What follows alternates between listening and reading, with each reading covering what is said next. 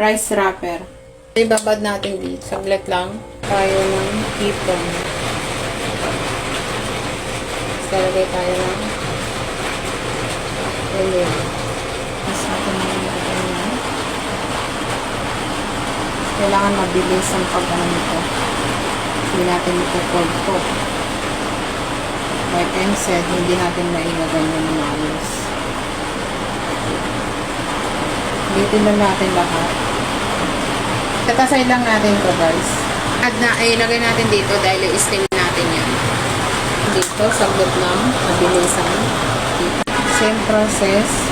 Lagay tayo ng shrimp, onion, leaf. Dito. At syempre, make sure na masarap siya. Ayan. Ganyan lang natin. Balot lang natin ng ganyan. Ayan. Ito yung nalagay. Isa pa.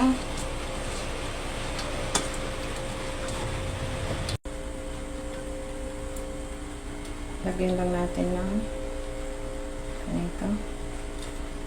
Ayan, balot lang natin. Parang nagbabalot tayo ng lumpia. Ayan.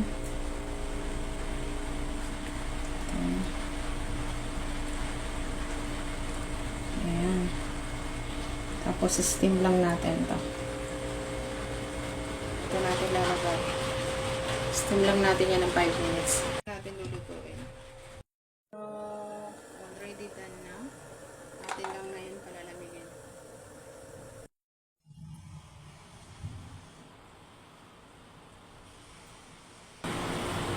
Paka-healthy nito.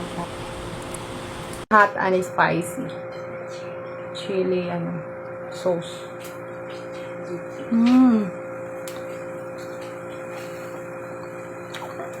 Yummy.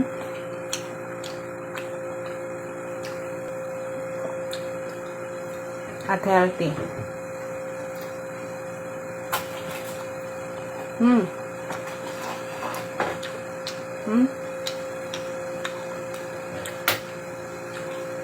Delicious.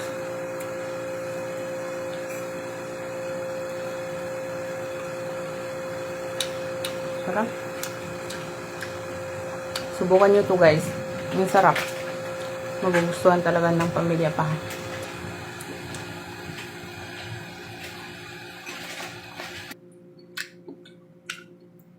Delicious.